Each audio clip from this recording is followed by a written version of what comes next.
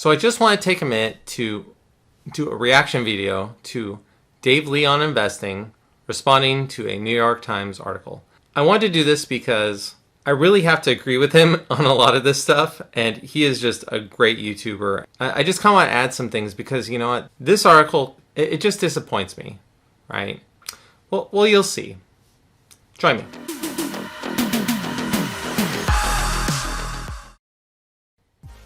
Hi, it's Dave. So Elon Musk gets slammed by the New York Times today. Yeah. I mean, I'm telling you, this article is absolutely brutal.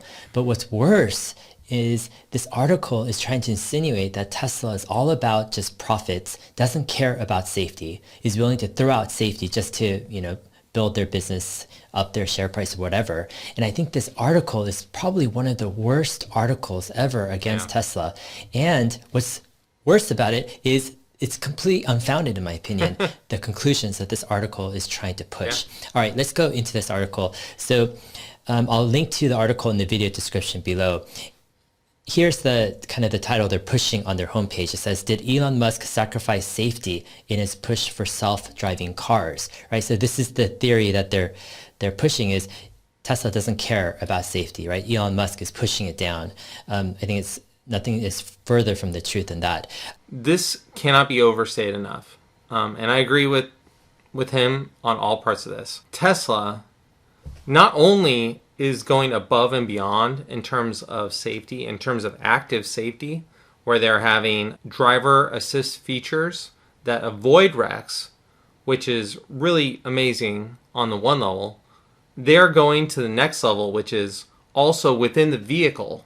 They are making the cars immensely safer. From airbags that are being calibrated to the weight of the passenger in the seat. They are controlling every little bit of it. And because they are the seat manufacturer, they're able to control all of these things and make it all be seamless. I guarantee you that other cars do not have the ability to use the weight of the passenger in the seat to determine how their airbags deploy. These are the little things that Tesla is doing that no one else is doing. Self-driving cars. The automaker may have undermined safety in designing its autopilot driver assistance system to fit its chief executive's vision, former employees say. So a lot of accusations here. The reporters are Kate Metz and Neil Uday. Let's go into some of the highlights of this article.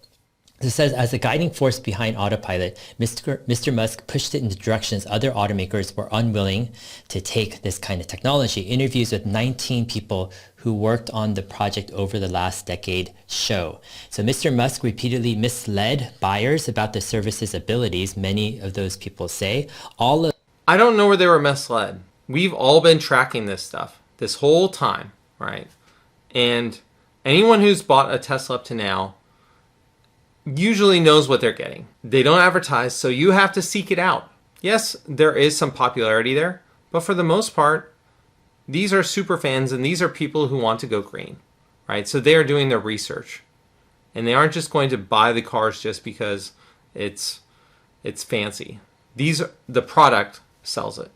Of these people, they spoke on the condition of anonymity, fearing retaliation for Mr. Musk and Tesla. All right, so here's the gist of the article. We have 19 supposedly former employees, casting their doubts likely and unhappy. Sharing that they didn't agree with parts of Tesla's autopilot program. So he says, since the start of Tesla's work on autopilot, there have been a tension between safety and Mr. Musk's desire to market Tesla cars as technological marvels. Okay, so this is the whole kind of accusation that this article is saying, is that Musk is de-emphasizing, sacrificing safety, right, to push so-called marketing kind of gimmick with full self-driving. In addition, some who have long worked on autonomous vehicles for other companies, as well as 7 former members of the autopilot team, have questioned Tesla's practice of constant modifications to autopilot and FSD pushed out to drivers through software updates, saying it can be hazardous because buyers are never quite sure what the system can and cannot do. First off, there's a huge team, right? It's not just one person. This could be just a person who was labeling stuff, right? They could have just been labeling things and now they're on the autopilot team, and now they're weighing in on how safe this is. They might not have anything really to do with the real mechanics of it. And a lot of this is from the past, right? So even a handful of years ago, the autopilot system was drastically different. And I think that this whole section is just very questionable. All right. Again, another kind of labeling saying, hey, maybe these software updates aren't safe, but I don't know where this is coming from. In my opinion, in my experience, software updates are great, right? With autopilot, it just continuously gets better. With FSD beta, if this is what they're talking about, yeah, FSD beta is a program that Tesla is very clear with that there are risks and you need to oversee it very carefully. I'm not seeing software updates as being negative or dangerous. This is kind of confusing. Here, Elon Musk said, I also feel that the need to have constant modifications it's necessary. There is no way to move this ball forward without tweaking it and trying to make it better all the time. They just have to tweak and tweak and tweak, and eventually it's going to get there. And that's kind of their stance right now, is they're just tweaking every 2 weeks with the beta. The company had tested the safety implications of not using radar, but provided no details. So they have a section on radar that Tesla removed it, and even the sentence, it's accusing, right, kind of insinuating that Tesla didn't do their due diligence, is not providing details. Yeah. However, Tesla provided a blog. If they had watched Andrei Karpathy's talks, right, that he's given on YouTube in different conferences, he clearly lays out a complete explanation of all of the different testing they did to remove radar. In fact, it was found that the radar is probably the major cause for some of their accidents that they had. So, it's really important that people understand that the reason they got rid of radar is because it's safer. It's just simply safer. Other companies developing driver assistance systems and fully autonomous cars thought cameras were not enough. Google, for example, outfitted its self-driving test cars with expensive Lidar devices as big as buckets mounted on the roof. Yep. Cameras, by contrast, were cheap and small, which made them appealing to Tesla for its sleek cars. My gosh, can you believe this? Like, this is actually in the New York Times. It's basically saying that Tesla likes the cameras because they look cool, right? They aren't these big devices on top of the car. No, Tesla likes cameras because they make more sense, right? They work. They actually are reliable. Humans have proven, right? You could drive completely safe. The whole system, the transportation system is set up for our eyes, right? For a visual driving experience. So I think something else to kind of keep in mind for this stuff is that a lot of this is a lesson in critical thinking. And anytime you see something that is too easy or too simple, it likely isn't. It's likely taken out of context. And it's likely that, things are just being portrayed in a specific way to try and convince you to believe something in a certain direction. If there's one thing I've learned with the whole Tesla movement and being a part of it, is that it's really important to have critical thinking. Being able to sniff out reality from fake. It's necessary today. If you listen to all the noise that was going on with Tesla before all this, you wouldn't have done anything. You wouldn't have bought a Tesla.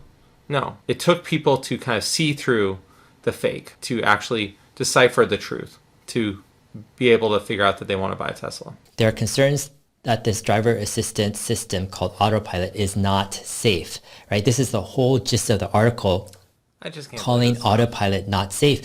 But if you look at what autopilot is, we have to classify it in two things, right? One is the autopilot, which is basically highway driving, driver assisted. It's fantastic, right? This thing is improving so much over the years. Like, you can't compare autopilot from 2015 to 2021. There is no comparison. Like, it's so much better, right? I can't agree enough. The full self-driving system and autopilot, they are going to be lifesavers. And even if people say, oh, well, there was a wreck here or there, it's like, it's going to be better. And they're showing it with their data in their safety reports that they release all the time. Driver monitoring. Anyways, basically, the National Highway Traffic Safety Administration, it says, looking at autopilot's involvement in crashes after 12 instances involving Teslas crashing into parked emergency vehicles, the agency has authority to force a recall or recall new features. Again, they don't, talk about the context of this. Part of the issue with radar was, it was hard to identify or to, parked vehicles ahead or even different objects to distinguish what is part of the scene versus what is actually a car. This is why one of the reasons why they moved and removed radar was to increase their accuracy, right? And we haven't had any, right? I think instances, or reported instances that I'm aware of Tesla hitting parked cars after they removed radar, yet there's no mention of this at all, right? None. And it just basically slammed Tesla for removing radar, saying that, they like sleek cars, but it's almost the opposite of what Tesla is doing, right? Yeah. Tesla is prioritizing safety. That's the reason why they removed radar. Yeah, anyways, this article, it's good. Yeah, it's pretty crazy. So the way the radar works is it sees things that move, right? It recognizes those. Things that are stationary, it doesn't recognize those very well. So there's a video of a car running into a flatbed that's on its side, and the car ran into it because the radar didn't see the stationary flat plane, right? It saw that as error, and so it threw that data out. And that was because the radar threw that out. Camera was saying there's something there the whole time. But at that point in time, they were relying on the radar, like the rest of the industry is doing right now, to make the decision. And now they've said, oh, you know what? The radar's not so good. We're going to go more with the cameras. It's getting worse as you go on. All right. The route taken by the car. So they're talking about a full self-driving kind of demo video that Tesla put together. Yeah. They had been charted ahead of time by software that created a three-dimensional digital map, a feature unavailable to drivers using the commercial version of Autopilot, according to two former members of the Autopilot team. At one point during the filming of the video, the car hit a roadside barrier on Tesla's property while using Autopilot and had to be repaired, three people who worked on the video said. So this is just classic cherry picking, right? So they are, as looking at all the data that's out there, they're just saying like, look, let's find examples of this and that everywhere. This entire article is basically cherry picking. They cherry pick the people who are responding. They cherry pick the instances they discuss. They cherry pick their key points. They take stuff out of context everywhere. The whole article is just a load of sham. And, you look at it and you say, man, this is the New York Times. What the heck?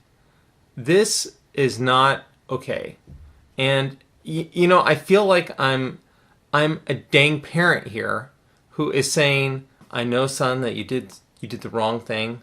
I'm just really disappointed in you because, you know what? You should do better, right? I'm at a loss for words. It's got me riled up. All right, it goes on and says Sterling Anderson. So he led the Autopilot team for about 1 year, I think 2015 to 2016. He went on to help start the company Aurora. He told Tesla sales and marketing teams that they should not refer to the company's technology as autonomous or self-driving because this would mislead the public, according to two former employees. Yeah, that's the thing. Like Tesla doesn't call, their technologies autonomous per se, right? They say you have to continuously monitor it. Anyways, Aman Shashua, chief executive at Mobileye, a former Tesla supplier that had been testing technology that is similar to the electric cars maker, said Mr. Musk's idea of using only cameras in a self-driving system could ultimately work, though other sensors may be needed in the short term. He added that Mr. Musk might exaggerate the capabilities of the company's technology, but that those statements shouldn't be taken too seriously. One should not be hung up on what Tesla says. Truth is not necessarily their end goal. The end goal is to build a business. And that's how the New York Times ends this article. Man, this is brutal, right? Accusing Tesla of sacrificing safety, not caring about people or the truth, and actually just caring about making money. And I think my hunch is that this Mobileye quote is probably taken out of context too. I agree. Right? And I don't think it's giving justice Out of to context. the CEO either. I mean, that's my assumption.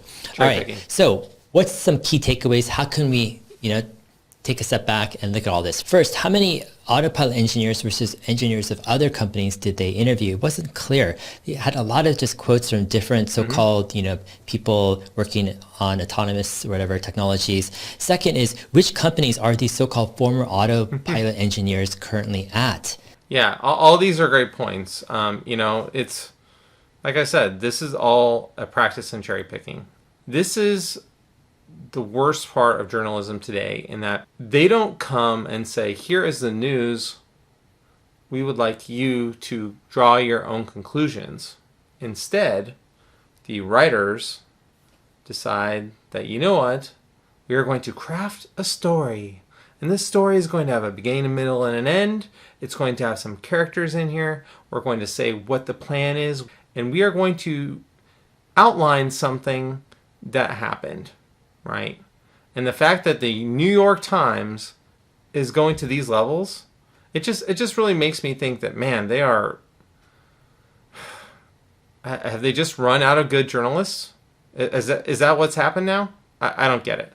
Any conflict of interest? Like, for example, do these employees, so-called, have stock in their current companies? And are these current companies, like Aurora or, some other companies, are they publicly traded or not? Like, where are these, so-called former Tesla employees that are being quoted in this article? Next is, what years did these former autopilot engineers work at Tesla? Yeah. I think at Tesla, it's a fast-moving train. Like, are these autopilot engineers really current? Do they know anything within the past 1 or 2 years? What were their roles? Talking about 5 or 6 years ago, right?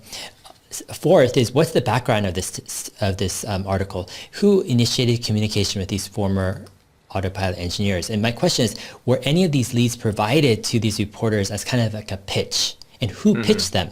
Right? There are a lot of times where people hire folks, let's say short sellers might hire, not just short sellers, but the financial industry is huge, right? We're talking about, people risking, So here's where I have to disagree with Dave. I think that a lot of people will look at things that happen and they will say, this is someone's nefarious deed. I always abide by this rule that don't mistake animosity for ignorance, right?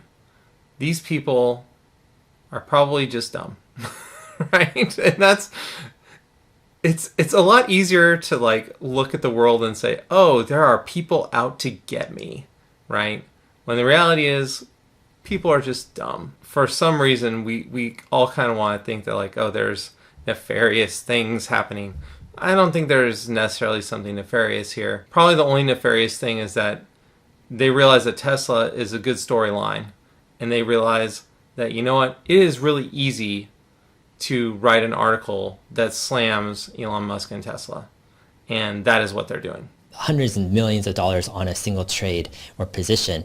And they could hire a person, a company, etc., to pitch certain reporters a type of story. And when they pitch, sometimes they might actually include different leads of, let's say, former so-called employees and already who they pre-contacted, right? So that they could, it speeds up the whole process, ready with some quotes. So that the reporters just need to confirm, softball pitch, right, with those so-called leads. My question is, was any of that done? Like, who pitched this? Was there any, so-called initial research done by another person? And what, I doubt it. I guess, relationships does that person have with anyone in the financial industry or investment industry? Number 5 is, why is so much of this story based on events 3 to 5 years ago with little emphasis on the current state of autopilot? Yeah, it goes back to, 2014, 2015. Things are... Yeah, we can't overstate this enough. It's this is ancient history for Tesla. This is a company that has literally built giant factories since that happened. Giant brand new factories. And the car today is much different from the car of yesterday. And if you go look at Joe Justice's videos, they are making changes every single day. There's probably 5 or 7 changes that go out on every single car that people don't even recognize. And those changes are for the better. And that's not even counting the software. That's like hardware. That's physical goods, which are much more difficult to change. People just got to understand that it's just different today. Are very different. Number 6, why insinuate that Tesla has sacrificed safety with a few anonymous former employees without other facts and statistics? For example, why aren't they mentioning Tesla's own statistics that autopilot-driven miles, right, are actually much safer than non-autopilot-driven miles? Like, they're not using any of the stuff that Tesla gives out in the open, and rather they make this whole case on supposedly anonymous former Tesla employees who could be shareholders in competing, right, autonomous driving startups and companies with conflicts of interest, and they don't even give like the full story on when these people worked there and how they left, etc. It's just so confusing.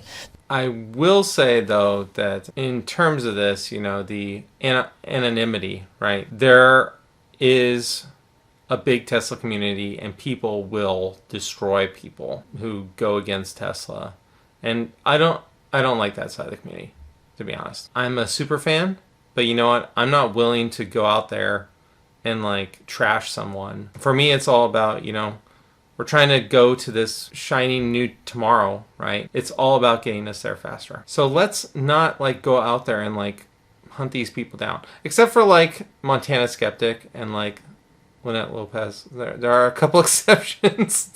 Those people really kind of deserve it. But like these anonymous people in this article, who knows? They might have been taken out of context. You would not be surprised at how often people just get taken out of context.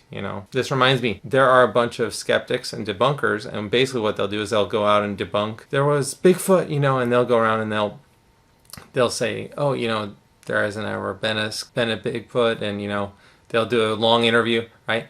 And then the people will cut out all the good stuff they say, where they say, oh, there is no Bigfoot, there's no evidence behind that. And then they will leave in the one thing where the skeptic, the tokens, and they'll have a token skeptic. And they'll say, of course, there could be a chance that Bigfoot is there, because if you're a true scientist, you can't prove a negative. I can't prove Santa Claus doesn't exist because I've never found Santa Claus, right? That's just classic taking things out of context. And I would not be surprised if almost all the people in this dang article were probably just taken out of context. I mean, you can see it already in everything else they've done. Why not all of their interviews? I would not be surprised. Number 7, why is there little to no acknowledgement of Tesla's accomplishments? For example, Tesla has by far the most data.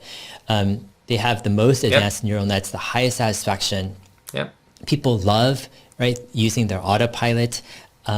And they have a clear lead with a lot of things they're doing, yet none of this is acknowledged, right? It's just completely tossed and basically saying that, hey, others, right, have been going at this and are prioritizing safety, right? But Tesla is not. That's the whole gist of the story.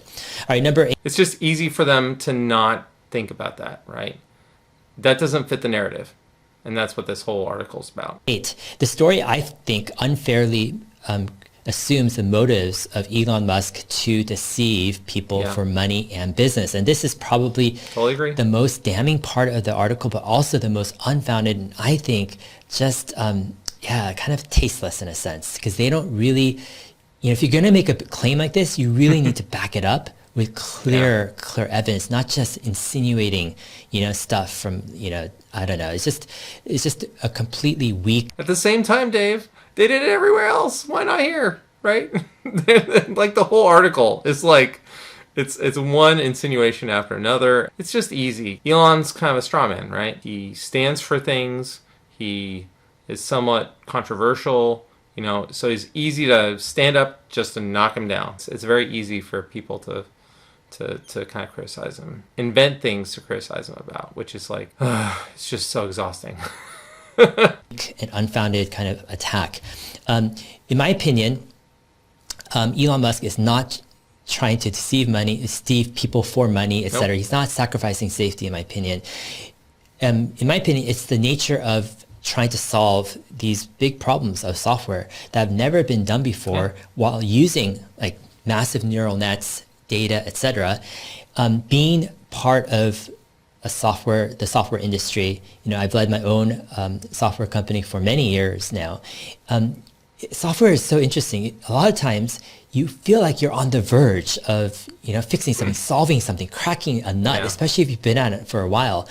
And then when you do it, sometimes it just didn't crack it as much as you want. So you continue to go on another iteration, right? And a lot of it is like subjective in some ways, but that's the nature. I mean, I will say at the same time, though, Elon did say we're going to have it a while ago. I think he's been doing a little bit of fake it till you make it. I've given him the benefit of the doubt. Honestly, when I bought my car, I questioned whether they'd be able to get there, but I figured he was committed enough that he'd get there. Since then, I think now they have the right strategy, the right build, the right people to make it happen. I think it's just a matter of time at this point. Elon Musk and Tesla are not sacrificing safety in the sense that, their rollout is measured. Their improvements with autopilot and safety are consistent.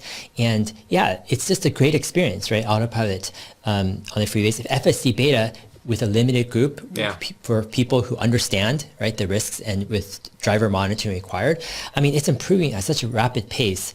I don't know. It feels like a lot of the gist, the heart, the essence of Tesla's MO and approach is being completely mischaracterized by this story. Yeah, it's just they don't want to consider, like, it's easy if you don't like really look into things, right? In fact, it amazes me that like they spent so much time not looking into things. How do you do that? How do you like physically not investigate these things and take them into account? And like, how do you write an article like this and be able to like kiss your kids goodnight the next night? I don't understand that. Where is the integrity, people? Integrity. It matters. Very sure it's little research into the real mechanics and under the hood developments of Tesla's autopilot and FSD beta. They should watch, these reporters, my series with James Douma. I think it's like 20-something videos Go watch it. Where we go through all of the mechanics. All of his videos on this are amazing, right? With James Douma. It's like they cover this stuff so in depth. Dave is a great interviewer, and James has all the background on this, and they're just really great. Some of my most favorite Tesla YouTubers. The under the hood mechanics of FSD, exactly what Tesla is doing to build their approach. And I think from an outside, get ready for your brain to kind of hurt after you watch a couple of these, because there's a lot of data to digest, but it's really great. The New York Times is completely misrepresenting, I think, the values of Tesla in this article. In my opinion, we can look at actually a different side, maybe a positive side. We could say that it's actually an opportunity for those who will do their own research, who will come up with their own thinking to look at objectively at what's really going on. And I think for those who do, you'll find a completely different reality that Tesla is meticulously progressing right on their road to autonomous driving, is pulling together all the right technological pieces, and is prioritizing safety as well. Anyways, I hope this video has been helpful. If it has, go ahead, like and subscribe. All my videos can be found as an audio podcast. Just search for Dave Lee on investing in your favorite podcast player. I'm also on Twitter at HeyDave7. All right, we'll see you guys in my next video. Yeah, go check out Dave Lee. He's amazing. So many of his videos I've watched, and I just have to agree with him on pretty much everything here. You know, there's a lot more noise and confusion. There's less now today than there was. My takeaway from this is that people still need to focus on critical thinking. You need to be able to spot these things where people are cherry picking, where people are taking things out of context. We need to focus on just more critical thinking in education, more critical thinking everywhere, right? And people need to brush up on logical fallacies and understanding kind of what those are and how they're being used against you. Once you know what the logical fallacies are and you've kind of like ingrained it a bit, then you can see articles like this for the sham it is, right? And for how we need to be better, right? And recognize these things. And you know what? When things like this are put out there, we need to speak up and say, you know what, that's a little baloney, and it's not okay. If you like this video, please like and subscribe. I would really appreciate it. It really helps the channel out. Let's kind of show the New York Times that we know what they're saying and that it's not okay. Tell me what you think of this article. Thank you.